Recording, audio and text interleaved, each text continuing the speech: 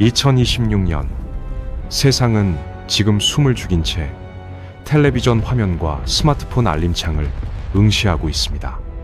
건조한 사막의 바람 위로 굉음을 내며 날아가는 최첨단 인공지능 무인기들, 칠흑 같은 밤하늘을 무참히 찢어버리는 요격, 미사일의 붉은 섬광,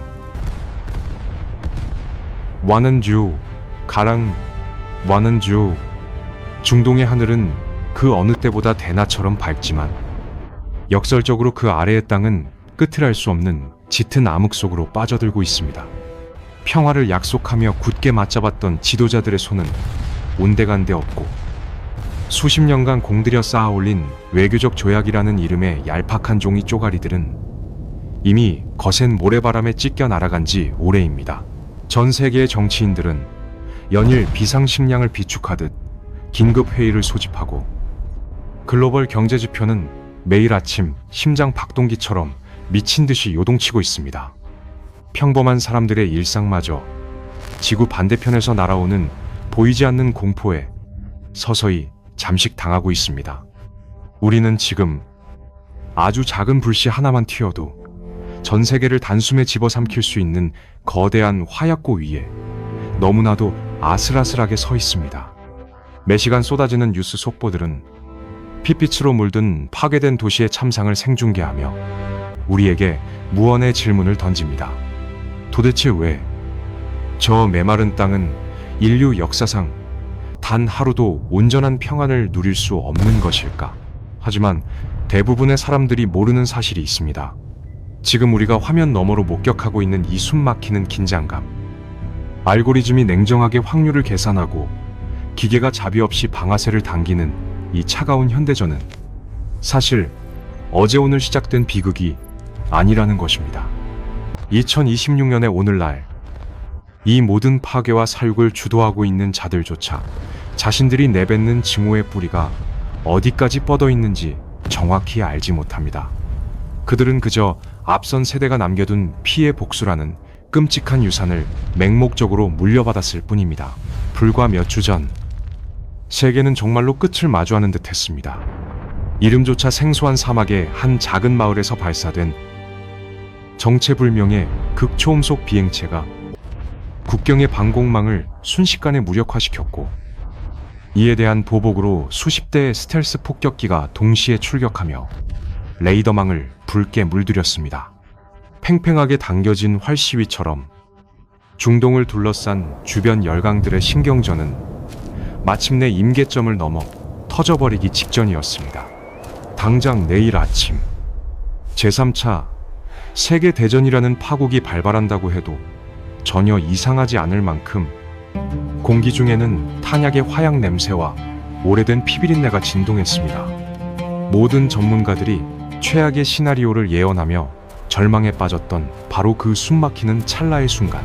그러나 진짜 이야기는 여기서부터 시작됩니다.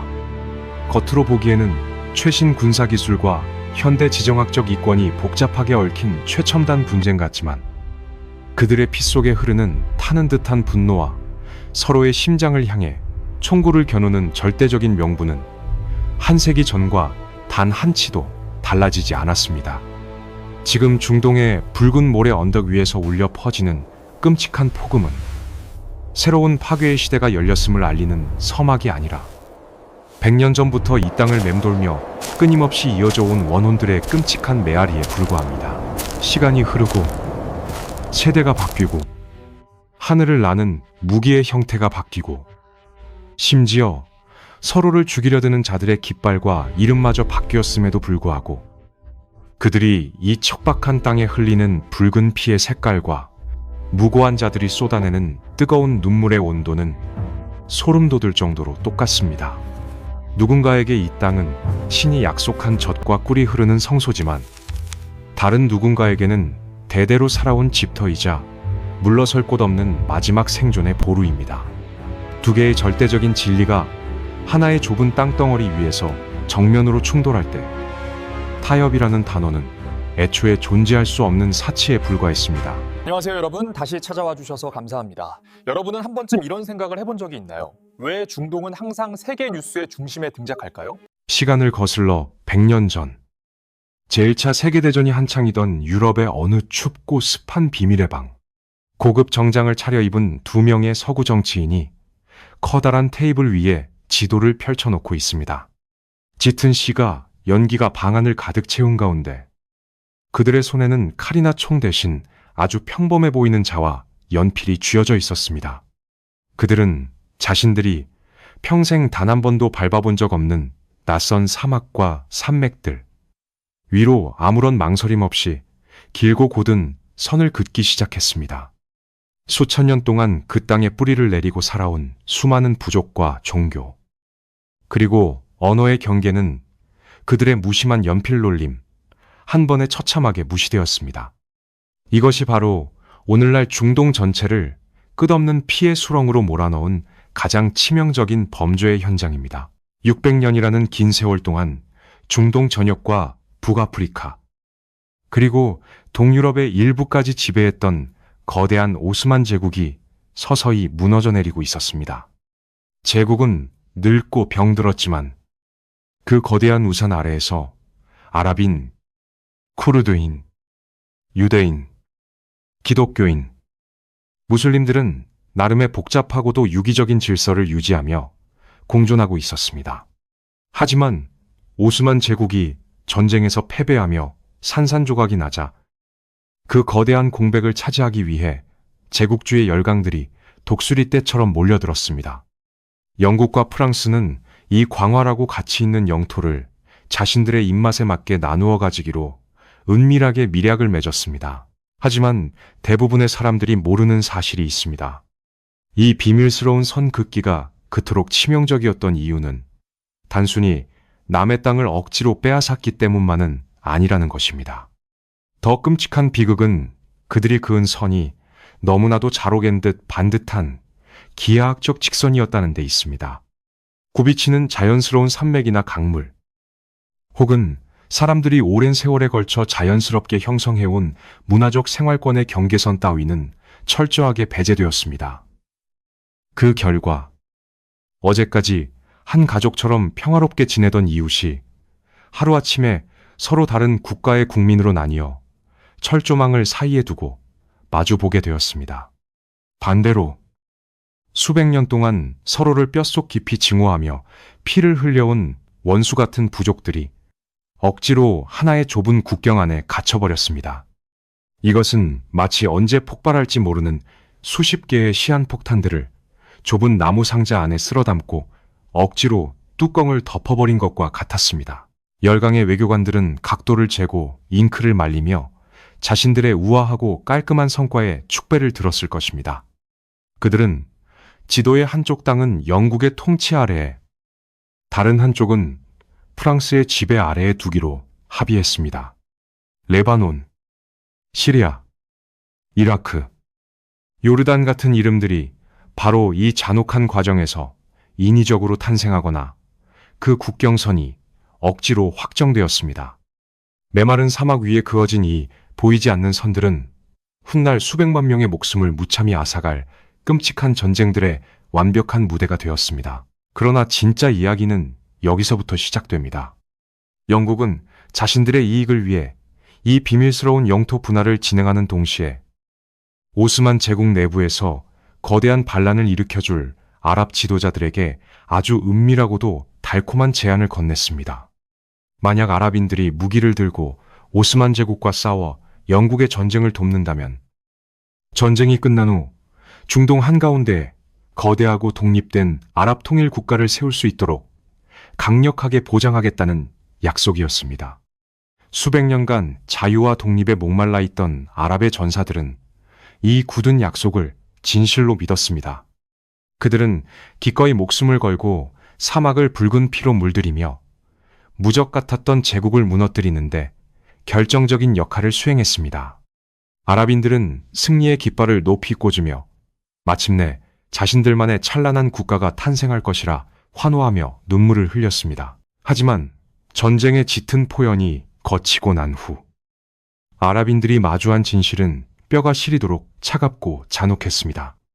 그들이 꿈꾸던 거대한 독립국가는 한낱 모래성 같은 환상에 불과했고, 그들이 붉은 피를 흘려 되찾은 땅은 이미 영국과 프랑스가 연필로 그어놓은 선을 따라 무자비하게 찢겨나간 상태였습니다. 피로 맺은 약속은 철저히 배신당했고, 승리의 환희는 끔찍한 분노와 깊고 어두운 절망으로 곤두박질쳤습니다. 서구 열강은 이 땅에 사는 수많은 사람들을 그저 장기판의 말처럼 여겼고, 자신들의 이익을 위해서라면 언제든 쓰고 버릴 수 있는 값싼 소모품으로 취급했던 것입니다. 그리고 이것은 단지 시작에 불과했습니다.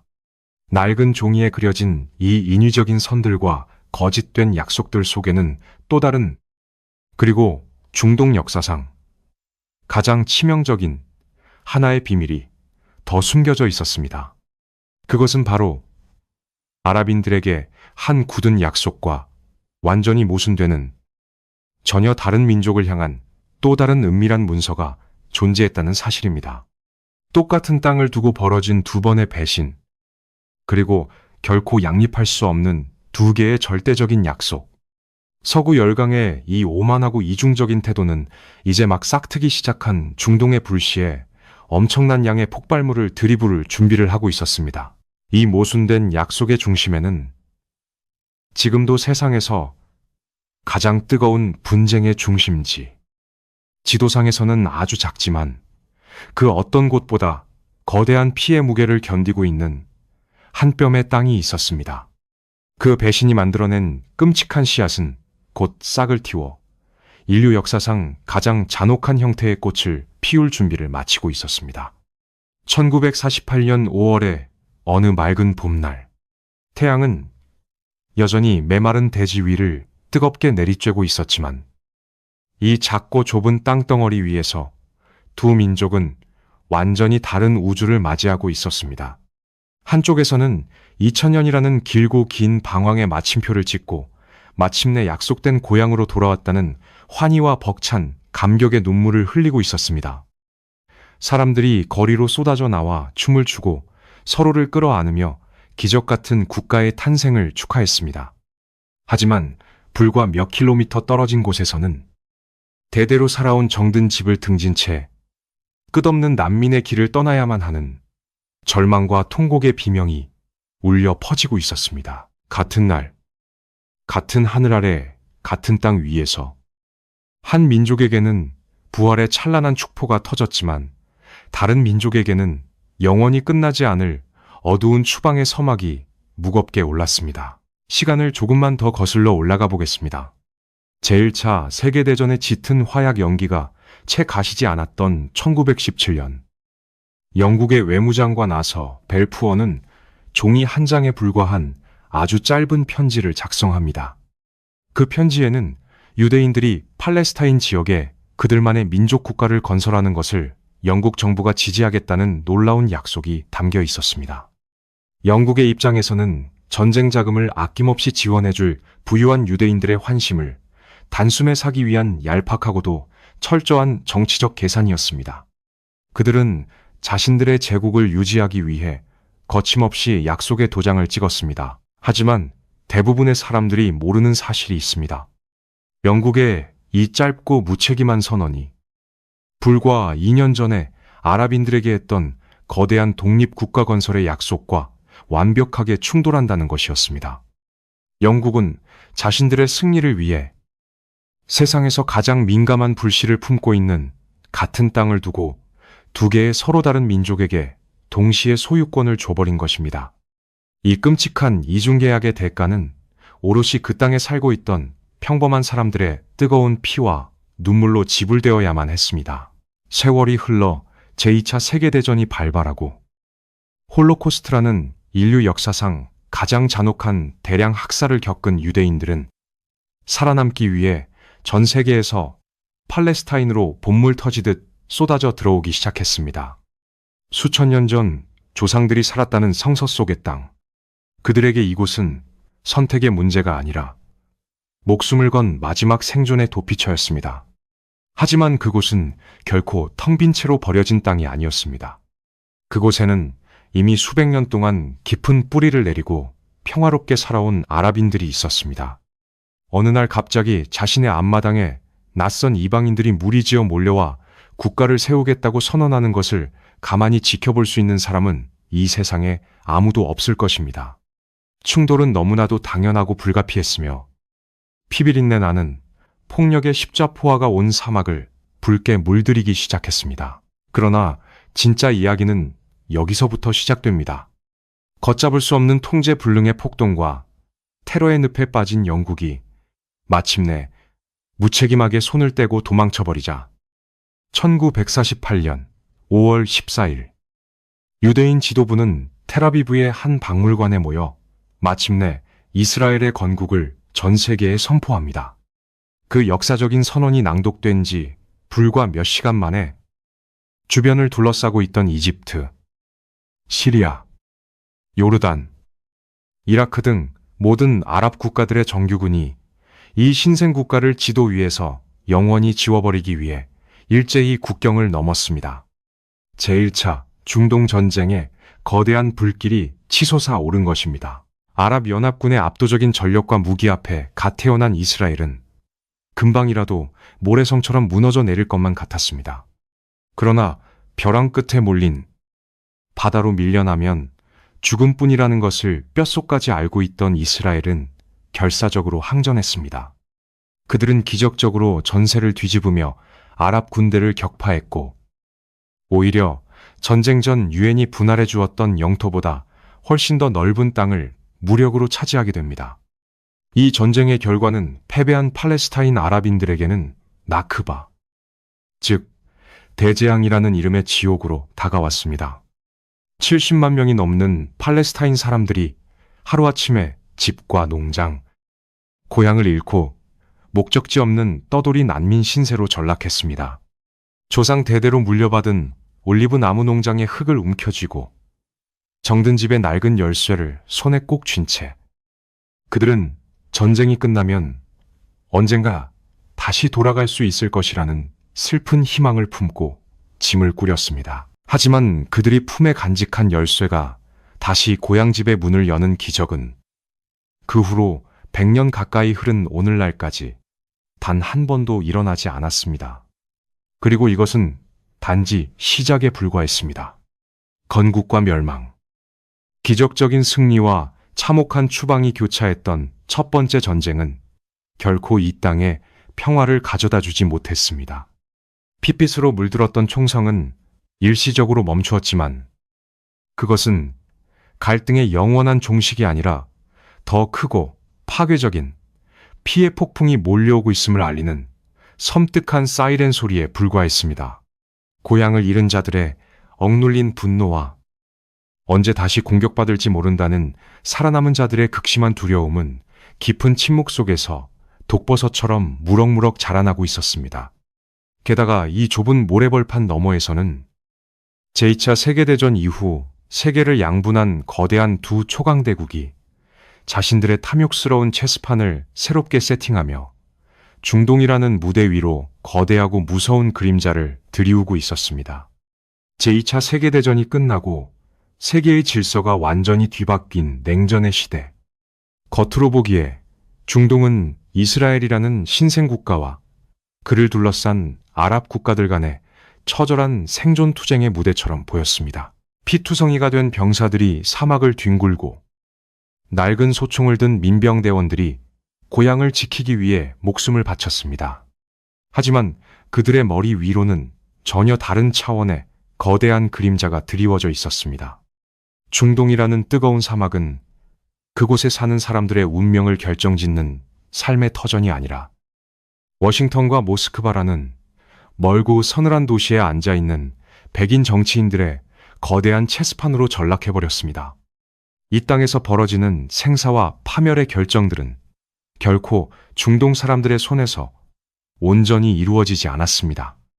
모든 위기와 평화의 이면에는 보이지 않는 거대한 손들이 탐욕스럽게 실을 조종하고 있었습니다. 영국과 프랑스라는 늙은 제국주의 국가들이 역사의 뒤안길로 쓸쓸히 퇴장한 그 빈자리를 차지한 것은 지구의 절반씩을 나누어 가진 미국과 소비에트 연방이었습니다. 자본주의와 공산주의라는 절대 타협할 수 없는 두 개의 거대한 이데올로기는 중동을 완벽한 대리전의 무대로 삼았습니다. 하지만 대부분의 사람들이 모르는 사실이 있습니다. 당시 사막에서 피를 흘리며 쓰러져간 수많은 젊은이들이 굳게 믿었던 민족주의나 종교적 성전이라는 숭고한 명분 뒤에는 강대국들이 철저하게 계산해 놓은 무기와 자본의 끔찍한 논리가 숨어 있었다는 것입니다. 이스라엘의 등 뒤에는 최첨단 무기와 막대한 자금을 쥐어주는 미국의 든든한 그림자가 있었고, 아랍 국가들의 진영에는 끝없이 쏟아지는 탱크와 전투기를 지원하는 소련의 붉은 깃발이 나부끼고 있었습니다. 그들은 자신들의 군대를 직접 파병하여 피를 흘리는 대신 중동의 사람들에게 무기를 쥐어주며 서로를 향해 방아쇠를 당기도록 은밀하게 부추겼습니다. 이스라엘과 아랍의 갈등은 이제 단순한 영토 분쟁을 넘어 전 세계의 패권을 쥐기 위한 두 초강대국의 자존심이 걸린 거대한 대결로 변질되어 버린 것입니다. 이 거대한 체스판 위에서 사우디아라비아와 이란 같은 지역의 강호들 역시 자신들만의 은밀한 제국을 꿈꾸기 시작했습니다. 그들은 때로는 미국의 손을 잡고 때로는 소련에게 미소를 지으며 아슬아슬한 줄타기를 이어갔습니다. 종파의 차이와 왕조의 생존이라는 복잡한 명분 아래 이들은 중동의 패자가 되기 위해 주변국들의 내전에 개입하고 반군을 지원하며 끊임없이 혼란의 씨앗을 뿌렸습니다. 이집트의 거리가 화염에 휩싸이고 이라크의 군대가 행진할 때 그 모든 움직임의 궤적은 철저히 강대국들의 이해관계와 맞닿아 있었습니다. 모든 것이 서로 얽히고 설켜 누가 진정한 적이고 누가 완벽한 아군인지조차 구별할 수 없는 기괴한 형국이 완성되었습니다. 평범한 사람들의 일상은 짓밟혔고 그들의 억울한 죽음은 텔레비전 뉴스의 짧은 단신으로 소비된 후 이내 강대국들의 외교적 성과를 포장하는 통계 숫자로 변해버렸습니다. 그러나 진짜 이야기는 여기서부터 시작됩니다.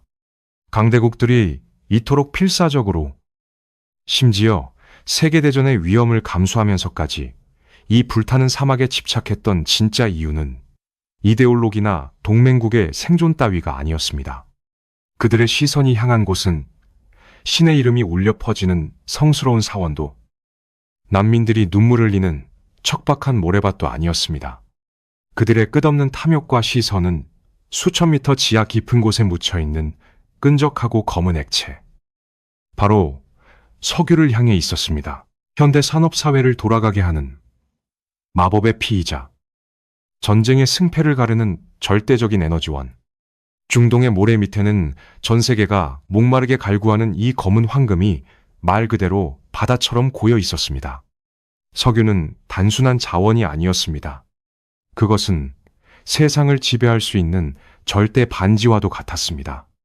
누가 중동의 유전을 통제하느냐에 따라 냉전의 승패가 갈리고 세계 경제의 목줄을 갱 수 있었습니다.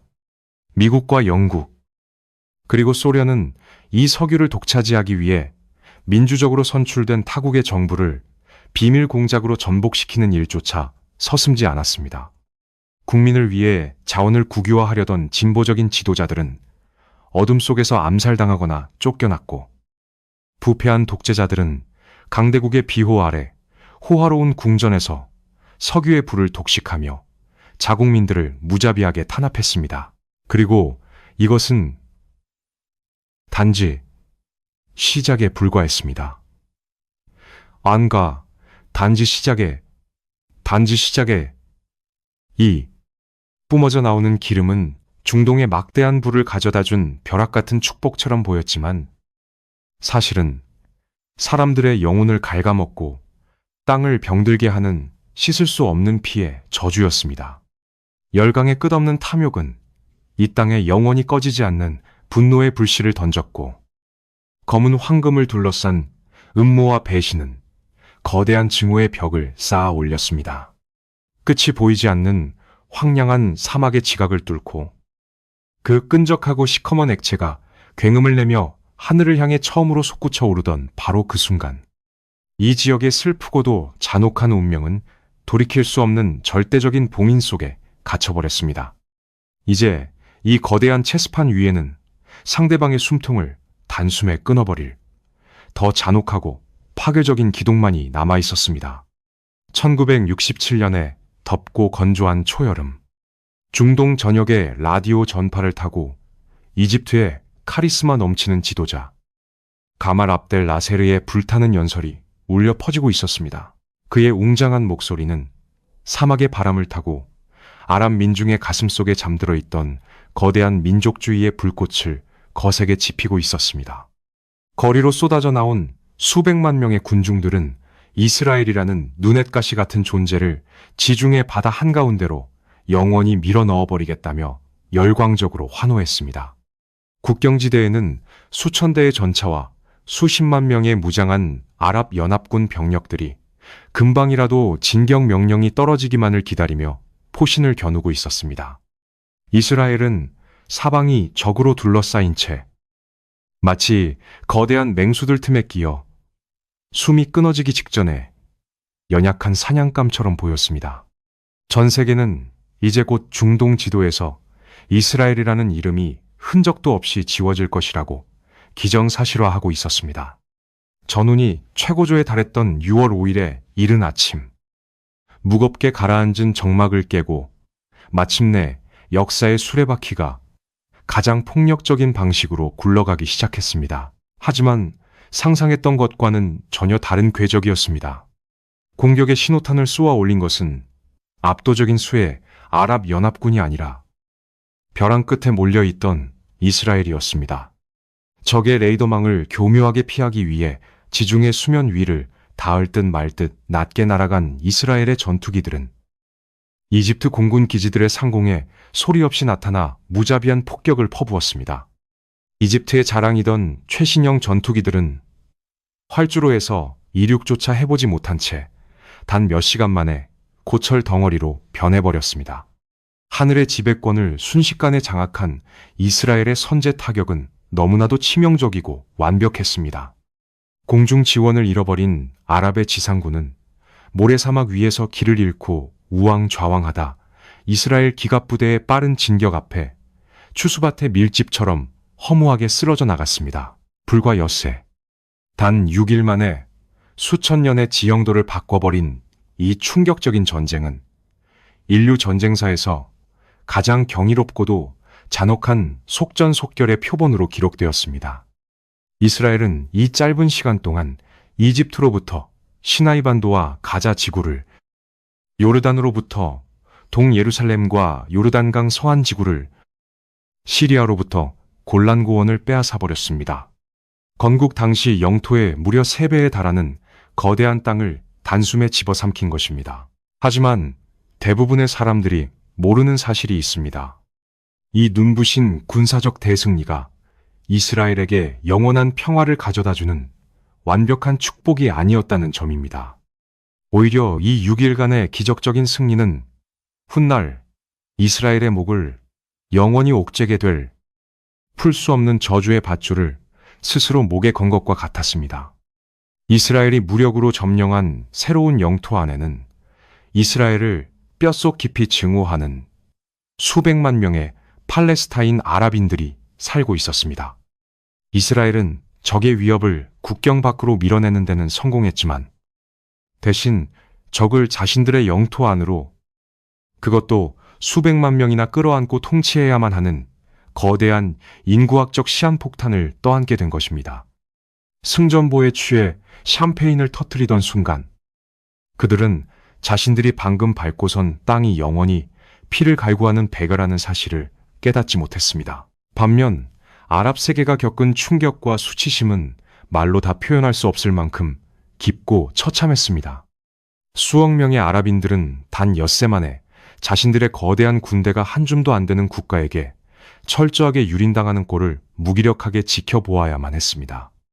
짓밟힌 자존심은 뼛속 깊이 새겨진 트라우마가 되었고, 이 패배의 굴욕을 씻어내기 위한 복수의 칼날은 더욱 차갑고 날카롭게 벼려지기 시작했습니다.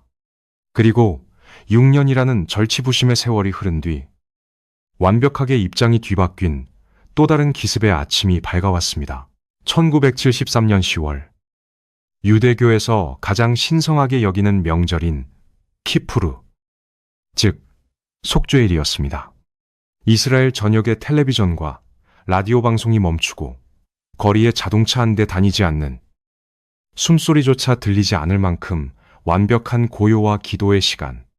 바로 그 절대적인 정막의 순간을 찍고 고막을 터뜨릴 듯한 공습 사이렌이 온 나라에 미친 듯이 울려 퍼졌습니다. 6년 전의 뼈아픈 수치를 갚기 위해 이집트와 시리아가 이번에는 이스라엘을 향해 완벽한 기습 공격을 감행한 것입니다. 자만심에 빠져있던 이스라엘의 정보망은 이 거대한 군사작전을 전혀 눈치채지 못했고 최전선의 방어선은 속수무책으로 무너져 내렸습니다. 이스라엘의 무적 신화가 산산조각 나며 건국 이래 가장 끔찍한 국가 존망의 위기가 닥친 것입니다. 그러나 진짜 이야기는 여기서부터 시작됩니다. 온키푸르 전쟁은 단순히 영토를 뺏고 빼앗기는 또 한 번의 군사적 충돌이 아니었습니다. 전쟁 초반에 끔찍한 열세를 딛고 미국의 대대적인 무기 지원을 받은 이스라엘이 기적적으로 전열을 가다듬어 다시 아랍 군대를 몰아붙이기 시작했을 때 아랍의 지도자들은 아주 뼈아픈 진실 하나를 깨닫게 됩니다.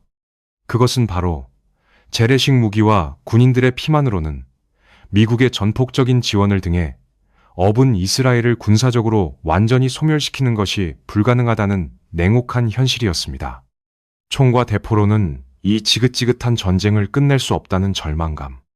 무력으로는 안 된다면 과연 무엇으로 저들의 숨통을 끊어놓을 수 있을 것인가? 아랍 지도자들의 눈빛은 차갑게 가라앉았고 그들의 시선은 전장이 아닌 전혀 다른 곳을 향하기 시작했습니다. 그리고 이것은 단지 시작에 불과했습니다. 총알과 포탄으로 얼룩진 물리적인 전장에서의 패배감은 아랍 세계로 하여금 완전히 새로운 형태의 무기를 꺼내들게 만들었습니다. 그것은 레이더에 잡히지도 않고 총소리도 내지 않지만 이스라엘은 물론이고 그들을 뒤에서 돕고 있는 미국과 서방 세계 전체를 단숨에 꿇어앉힐 수 있는 전대미문의 파괴력을 가진 무기였습니다. 수십 년 동안 서구 열강이 헐값에 약탈해 가던 바로 그 검고 끈적한 액체, 땅속 깊은 곳에 잠들어 있던 그 자원이 이제 인류 역사상 가장 무서운 경제적 핵무기가 되어 서방 세계의 심장을 향해 발사될 준비를 마쳤습니다. 총성이 돋은 사막 위로 전 세계를 공포와 혼란의 도가니로 몰아넣을 거대한 경제전쟁의 어두운 그림자가 소리 없이 번져가고 있었습니다. 그런 1973년 10월, 아랍 산유국들은 마침내 그들 발밑에 잠들어 있던 검은 액체의 진정한 가치를 깨달았습니다. 그것은 단순히 자동차 엔진을 돌리고 공장을 가동하는 평범한 연료가 아니었습니다. 그것은 세계에서 가장 거대한 경제 대국들의 목줄을 단숨에 조여버릴 수 있는 가장 날카롭고 치명적인 비수였습니다. 중동의 아랍 석유 수출국 기구는 이스라엘을 전폭적으로 지원하는 미국과 서방 국가들을 향해 전대미문의 선전포고를 날렸습니다. 석유 수출을 전면 중단하고 가격을 기하급수적으로 끌어올리겠다는 무시무시한 통보였습니다. 그 효과는 즉각적이고도 파괴적이었습니다. 뉴욕, 런던, 파리, 도쿄의 화려한 네온사인은 일제히 꺼졌고 주유소 앞에는 끝이 보이지 않는 자동차 행렬이 절망적으로 늘어섰습니다. 세계 경제는 단숨에 심정지 상태에 빠졌고 거만했던 서방의 지도자들은 공황 상태에 빠져 아랍의 군주들에게 굽신거리기 시작했습니다. 피 한 방울 흘리지 않고 총알 한 발 쏘지 않고도 아랍 세계는 무적이라 믿었던 서구 열강을 완벽하게 무릎 꿇린 것입니다. 제1차 오일 쇼크라 불리는 이 거대한 경제적 지진은 중동의 힘의 균형을 영원히 뒤바꿔 놓은 듯 했습니다. 하지만 대부분의 사람들이 모르는 사실이 있습니다. 이 거대한 석유의 무기화가 가져온 진정한 비극은 서방 세계의 경제 불황이 아니었다는 점입니다.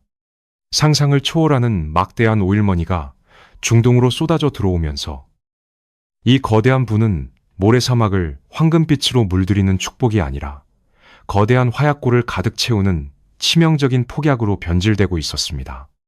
중동의 썩어빠진 독재 정권들은 엄청난 오일머니를 독식하며 타락과 부패의 늪에 빠졌고, 극심한 빈부격차와 무자비한 억압 속에 신음하던 평범한 민중들의 가슴 속에는 걷잡을 수 없는 분노의 불길이 타오르기 시작했습니다. 그들은 더 이상 서방 국가들이 심어놓은 서구식 자본주의나 부패한 지도자들의 거짓된 아랍 민족주의에서 희망을 찾지 않았습니다. 모든 것을 잃어버린 그들의 절망 어린 시선은 세속의 지도자가 아닌 가장 오래되고 절대적인 존재, 바로 신을 향해 고정되었습니다. 그리고 1979년 중동 역사상 가장 극적이고 충격적인 지각 변동이 일어납니다.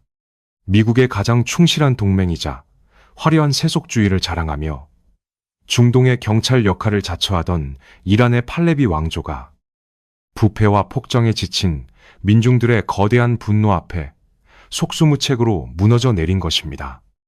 화려한 궁전에서 쫓기듯 도망친 국왕의 텅 빈 옥좌를 차지한 것은 총을 든 군인도 양복을 입은 세련된 정치인도 아니었습니다.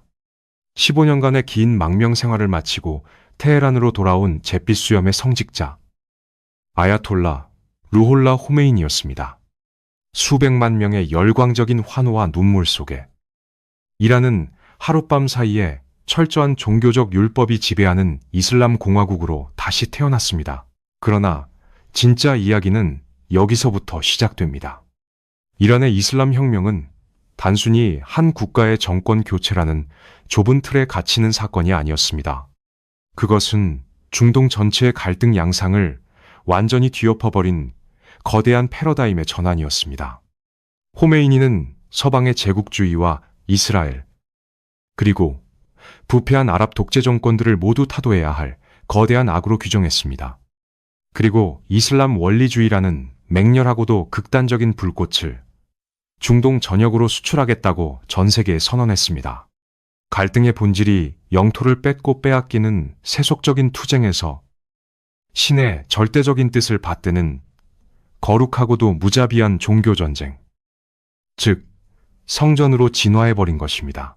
이 거대한 이념적 쓰나미는 국경을 무의미하게 만들며 수많은 무장단체들을 잉태했습니다. 레바논의 거친 산악지대에서는 헤즈볼라라는 이름의 강력한 시아파 무장 정파가 이란의 막대한 자금과 무기 지원을 받아 탄생했습니다. 팔레스타인 무장 조직들 역시 이제 단순한 영토 회복을 넘어 이슬람의 깃발 아래 기꺼이 목숨을 던지는 순교를 맹세하기 시작했습니다. 소위 말하는 저항의 축이 중동 전역에 거미줄처럼 깊고 어둡게 뿌리를 내리기 시작한 것입니다.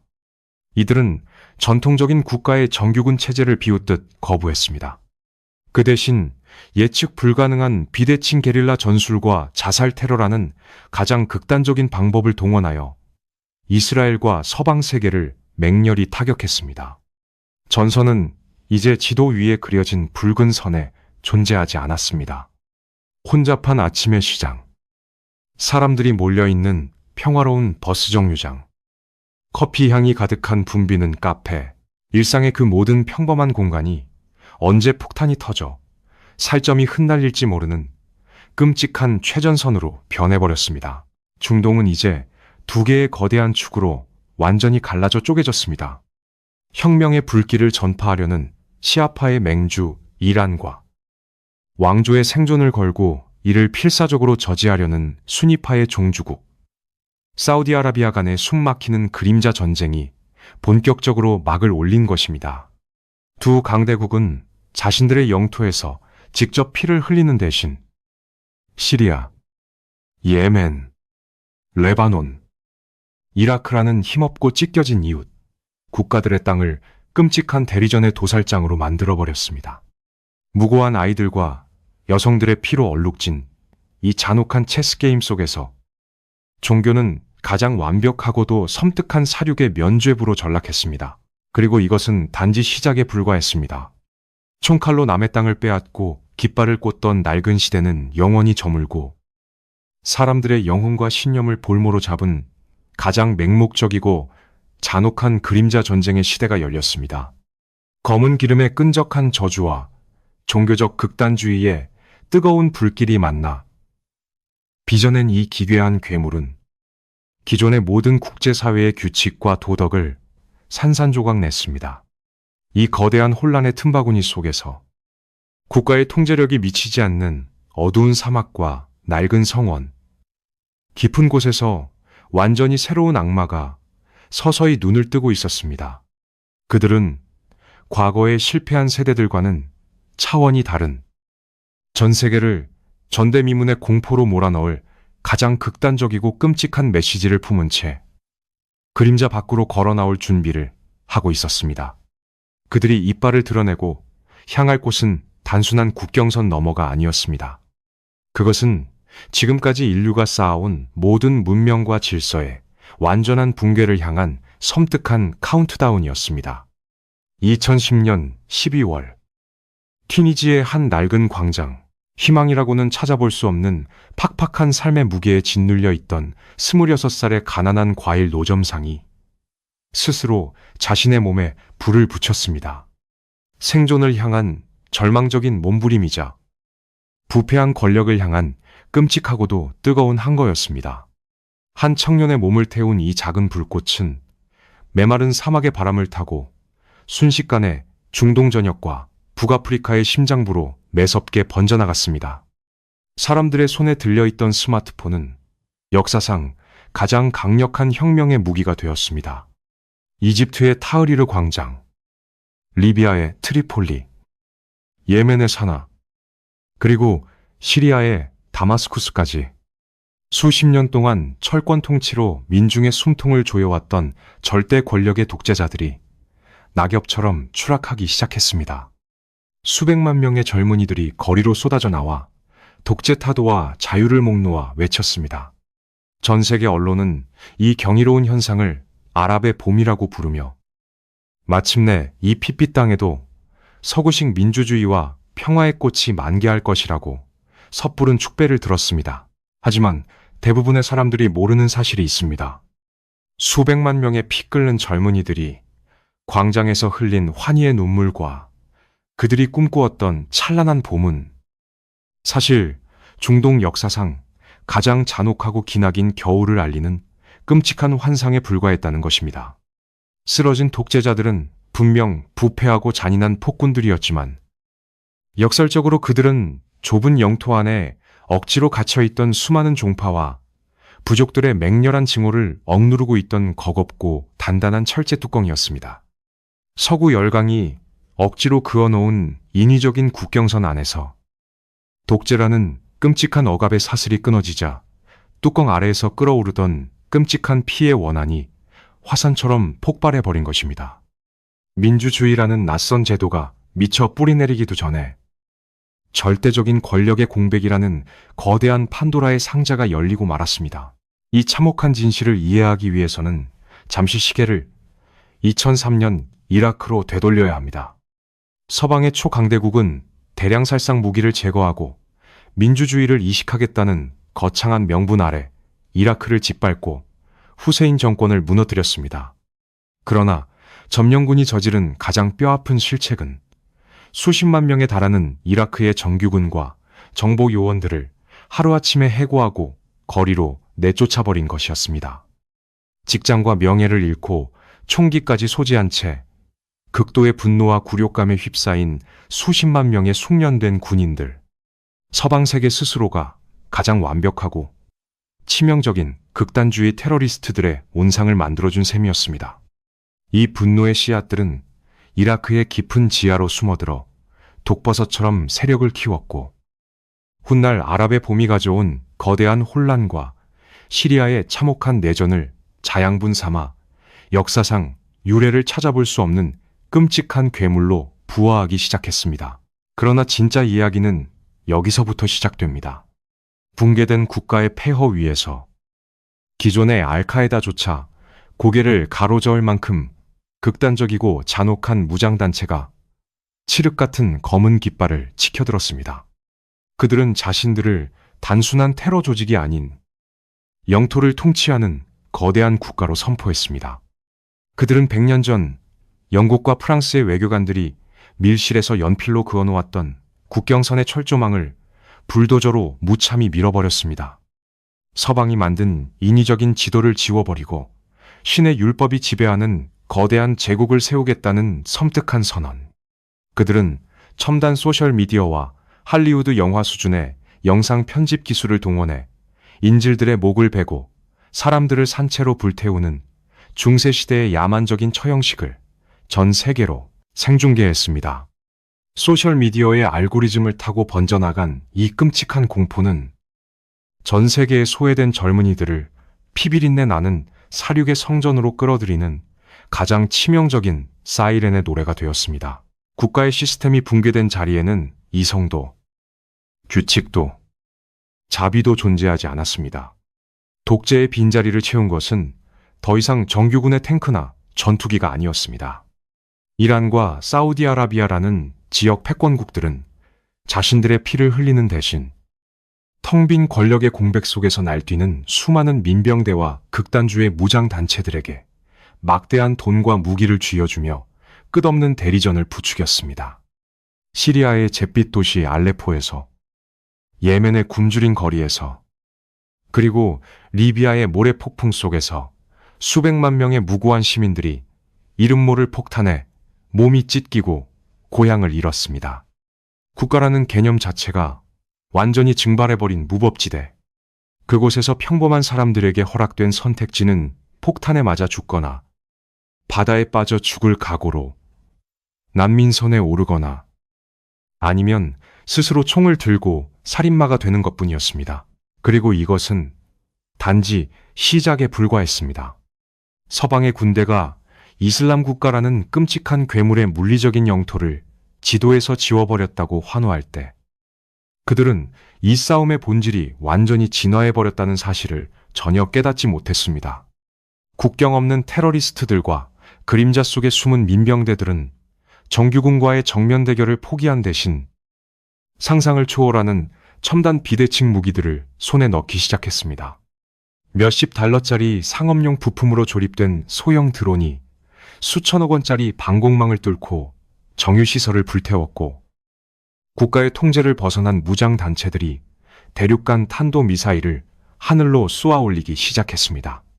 100년의 세월 동안 터진 맹목적인 징후가 가장 진보한 파괴의 기술과 결합하는 순간 국가 간의 조약 따위는 안중에도 없는 무형의 암살자들이 중동의 하늘을 완전히 지배하기 시작했습니다. 통제할 수 없는 미치광이들의 손에 쥐어진 최첨단 기술. 낡은 질서가 무너진 핏빛 모래사막 위로 2026년 오늘날 전 세계를 파멸의 벼랑 끝으로 몰아넣고 있는 거대하고 완벽한 폭풍이 소리 없이 모여들고 있었습니다. 과연 이 통제불능의 지옥도 속에서 진짜 미소를 짓고 있는 자는 누구일까요? 2026년 오늘날 중동의 메마른 하늘을 올려다보면 과거의 평화로운 풍경은 흔적조차 찾을 수 없습니다. 예전처럼 해질녘 사막을 가로지르던 새떼의 날갯짓 대신 지금 그 자리를 차지하고 있는 것은 소리 없이 죽음을 배달하는 수백 대의 무인 드론과 궤적을 남기며 하늘을 가르는 요격 미사일들입니다. 시리아의 잿빛 폐허부터 예멘의 굶주린 거리, 그리고 수십 년째 피가 마르지 않는 가자 지구의 좁은 골목까지 피비린내 나는 대리전은 이제 인간의 통제를 벗어나 기계와 알고리즘이 지배하는 섬뜩한 차원으로 진화했습니다. 각국의 군대와 무장단체들은 더 이상 최전선의 젊은 병사들을 무더기로 밀어넣지 않습니다. 대신 에어컨이 나오는 쾌적하고 안전한 벙커에 앉아 조이스틱을 움직이고 모니터를 응시하며 지구 반대편의 생명들을 비디오 게임처럼 지워버리고 있습니다. 하지만 대부분의 사람들이 모르는 사실이 있습니다. 겉으로 보기에는 이 모든 것이 최첨단 과학기술이 빚어낸 현대전의 세련된 모습 같지만 그 본질은 100년 전과 비교해 단 한치도 달라지지 않은 원초적인 징후라는 점입니다.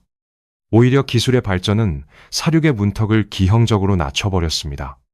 과거에는 거대한 군대와 천문학적인 국방비가 있어야만 전쟁을 일으킬 수 있었지만 이제는 다릅니다. 뒷골목의 허름한 창고에서 불과 몇십만 원짜리 상업용 부품을 조립해 만든 조잡한 자폭 드론 한 대가 수백억 원에 달하는 최신형 전차와 방공망을 무용지물로 만들어버리는 시대가 온 것입니다.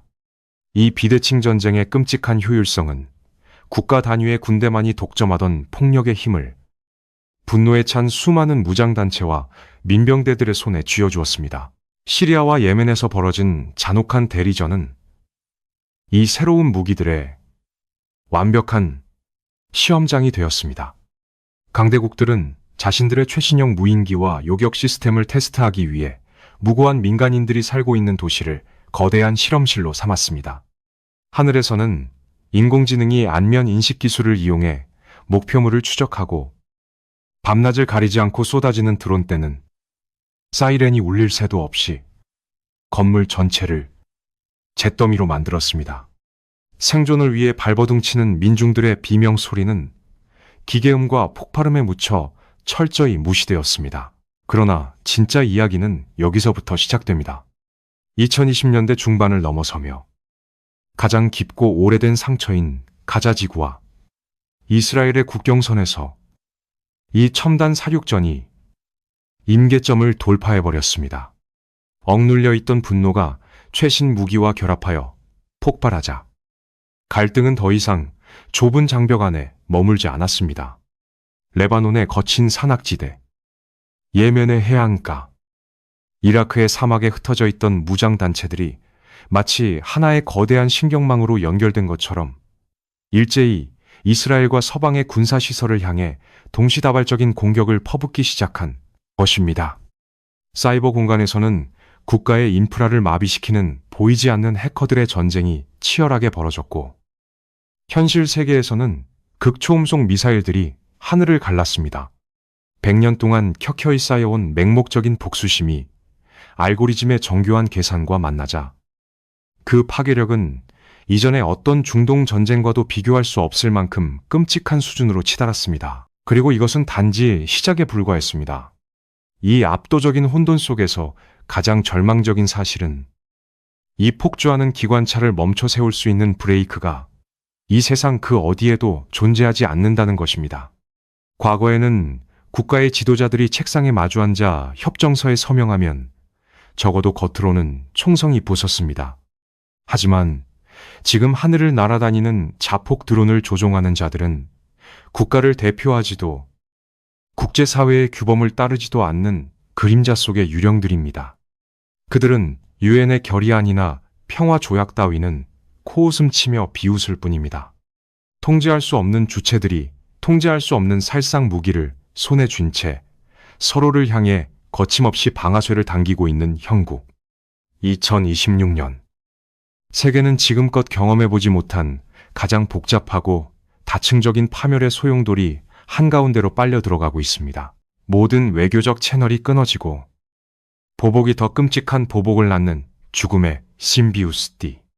이제 중동이라는 거대한 화약고는 누군가 실수로 성량을 떨어뜨리기를 기다리는 수준이 아닙니다. 이미 수만 개의 도화선에 불이 붙어 타들어가고 있으며 그 끝에는 전 인류의 일상을 산산조각 낼 거대한 폭탄이 도사리고 있습니다. 지금 이 순간에도 그 끔찍한 폭발음이 귓가를 때리기 전에 그 짧고 소름 끼치는 정적이 우리 모두의 숨통을 조여오고 있습니다. 이 땅이 단지 부서진 건물과 잿더미로 변해버리는 동안 도대체 이 피로 얼룩진 장막 뒤에서 진짜 이득을 챙기며 웃음 짓고 있는 자들은 누구일까요? 정치인들의 화려한 수사와 장군들의 거창한 승리 선언이 뉴스 헤드라인을 장식하는 동안 카메라 렌즈가 닿지 않는 가장 낮은 곳에서는 전혀 다른 참혹한 현실이 펼쳐지고 있습니다. 이 척박한 땅에는 태어나서 단 한 번도 고요함이라는 평화로운 소리를 들어보지 못한 채 어른이 되어버린 수백만 명의 아이들이 있습니다. 그들에게 자장가는 멀리서 들려오는 포탄 소리였고 밤하늘의 별은 무인기가 쏟아내는 성광이었습니다.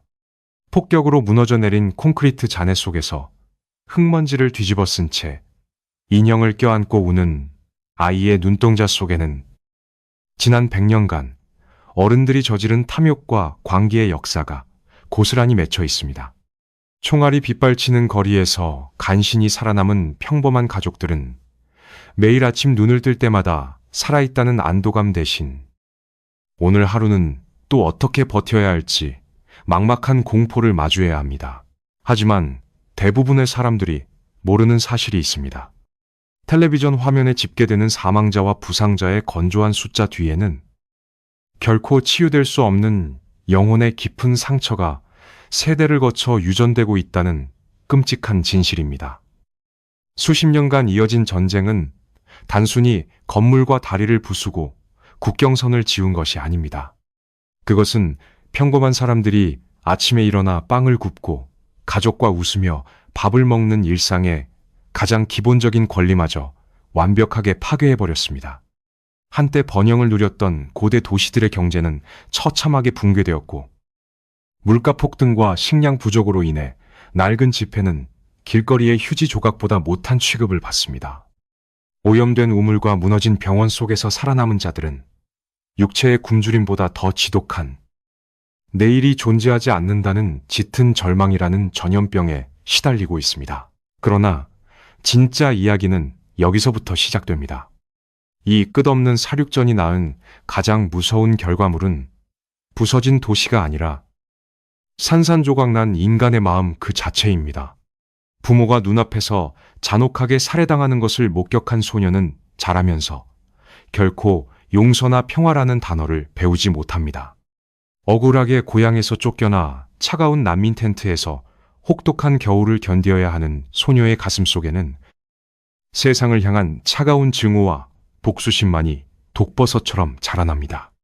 무자비한 폭력이 휩쓸고 간 자리에 남겨진 극심한 트라우마는 핏줄을 타고 다음 세대로 흐르며 오늘 눈물을 흘리는 불쌍한 피해자를 내일 기꺼이 스스로 무기를 드는 맹목적인 전사로 뒤바꿔 놓습니다.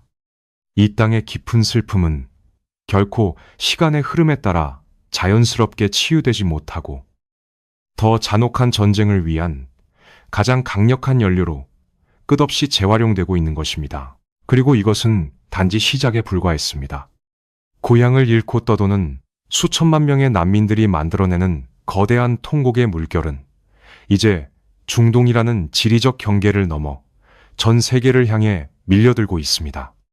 살기 위해 거친 바다에 몸을 던진 수많은 생명들이 이름도 없이 차가운 심해로 가라앉았고 간신히 타국의 해안에 닿은 자들조차 또 다른 혐오와 정치적 갈등의 희생양이 되었습니다. 전쟁이 남긴 끔찍한 화학물질과 화약으로 오염된 사막의 땅은 수백 년이 지나도 생명을 품을 수 없는 죽음의 땅으로 변해버렸습니다. 서구의 정치인들이 밀실에서 시작한 지도 위에 선 노름이 한 문명을 송두리째 뿌리 뽑고 인간성을 바닥까지 시험하는 거대한 글로벌 재앙으로 무섭게 팽창해버린 것입니다. 이 모든 비극의 무게를 짊어지는 것은 언제나 명령을 내리는 권력자들이 아니라 쏟아지는 포탄 아래에서 맨몸으로 껴안고 떨어야 했던 가장 약하고 무고한 민중들이었습니다.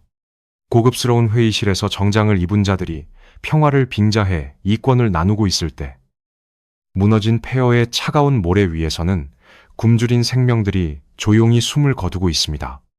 이 모든 지역이 뼈와 살, 그리고 핏빛 눈물로 얼룩진 거대한 잿더미로 변해버린 지금. 과연 저 짙은 장막 뒤에서 이 모든 비극을 지켜보며 진짜 이득을 챙기고 웃음 짓고 있는 자는 누구일까요? 2016년 우리가 지나온 지난 100년의 피비린내 나는 여정을 되돌아보면 한 가지 분명하고도 소름 끼치는 진실을 마주하게 됩니다. 중동은 단순히 세계 지도 위를 차지하고 있는 건조한 모래사막이나 복잡한 지정학적 분쟁 지역이 아닙니다. 이 땅은 인류가 품고 있는 가장 밑바닥의 끝없는 탐욕, 낯선 자를 향한 맹목적인 공포, 그리고 자신의 이익을 위해서라면 타인의 생명조차 기꺼이 짓밟을 수 있는 가장 잔혹한 본성을 투명하게 비춰주는 거대하고 슬픈 거울입니다. 100년 전 유럽의 어두운 밀실에서 시작된 오만하고 이기적인 선긋기가 어떻게 수천만 명의 피와 눈물을 쥐어짜내는 끔찍한 비극의 톱니바퀴로 변모했는지 우리는 두 눈으로 똑똑히 목격했습니다. 강대국들은 평화라는 위선적인 가면을 쓴 채 이 땅의 사람들을 체스판의 장기말처럼 부렸고, 검은 황금을 향한 멈출 줄 모르는 갈망은 이웃의 가슴에 기꺼이 총구를 겨누게 만들었습니다. 신의 이름은 권력자들의 세속적인 야욕을 포장하는 가장 완벽하고도 섬뜩한 면죄부로 전락했으며, 부서진 폐허 위에서 싹튼 절망은 또 다른 극단주의라는 거대한 괴물을 끊임없이 잉태했습니다. 이 복잡하게 얽히고 설킨 원한의 실타래 속에서 가해자와 피해자의 경계는 이미 오래전에 무의미해졌습니다. 오직 살아남기 위해 먼저 상대방의 숨통을 끊어야만 하는 지독하게 슬프고 야만적인 생존의 법칙만이 이 붉은 모래 위를 지배하고 있을 뿐입니다. 하지만 대부분의 사람들이 모르는 사실이 있습니다. 2026년 오늘날 인공지능이 탑재된 무인기가 하늘을 뒤덮고 극초음속 미사일이 대륙을 넘나드는 이 최첨단 파괴의 시대에도 갈등을 멈출 수 있는 열쇠는 결코 더 강력하고 압도적인 무기에 있지 않다는 점입니다. 강대국들이 쏟아붓는 수천억 달러의 최신식 폭탄은 이 땅에 단 하루의 평화도 가져오지 못했습니다. 오히려 그것은 죽은 자들의 원한을 더욱 깊게 파고 살아남은 자들의 가슴 속에 복수라는 이름의 씨앗을 더욱 단단하게 심어주었을 뿐입니다. 폭력으로 억누른 고요함은 시한폭탄의 타이머를 잠시 멈춰두는 얄팍한 속임수에 불과하다는 것. 이것이 바로 지난 한 세기 동안 중동의 모래바람이 우리에게 피를 토하며 가르쳐준 가장 뼈아픈 교훈입니다. 그러나 진짜 이야기는 여기서부터 시작됩니다. 중동의 비극은 결코 지구 반대편에서 벌어지는 남의 나라 이야기가 아닙니다. 오늘날 세계는 경제, 기술, 안보 등 모든 면에서 하나의 거대한 신경망처럼 촘촘하게 연결되어 있습니다. 호르무즈 해협에서 유조선 한 척이 불타오르면 내일 당장 우리의 식탁 물가가 미친 듯이 요동치고, 사막의 어느 낡은 창고에서 태어난 극단주의 무장단체의 성명서 한 장이 전 세계 공항의 검색대를 순식간에 마비시킵니다. 중동의 거대한 불안정성은 곧 21세기 전체의 척추를 위협하는 가장 치명적이고 전염성 강한 질병입니다.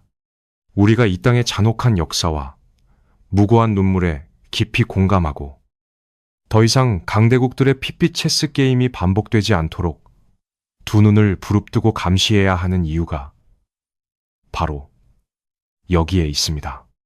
방관과 무관심은 피 흘리는 자들을 외면하는 가장 조용하고 끔찍한 공범이기 때문입니다. 그리고 이것은 단지 시작에 불과했습니다.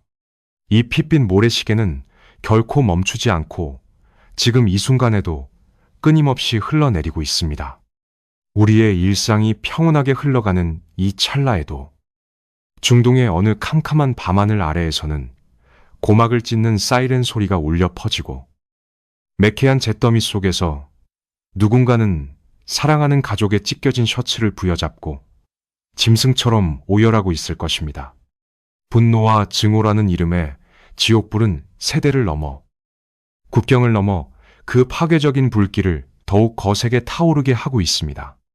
인간의 오만함이 만들어낸 이 괴물을 우리 스스로 멈춰 세우지 않는다면 그 불길은 결국 모래바람을 타고 우리가 서 있는 이 땅마저 집어삼키고 말 것입니다. 100년이라는 기나긴 세월 동안 피와 눈물, 그리고 검은 기름으로 쓰인 이 잔혹한 중동의 이야기는 아직 마지막 마침표를 찍지 못했습니다. 평화라는 단어가 한낱 신기루처럼 덧없이 흩어지는 이 순간에도 역사의 붉은 잉크는 아직 채 마르지 않았습니다. 중동의 100년 전쟁.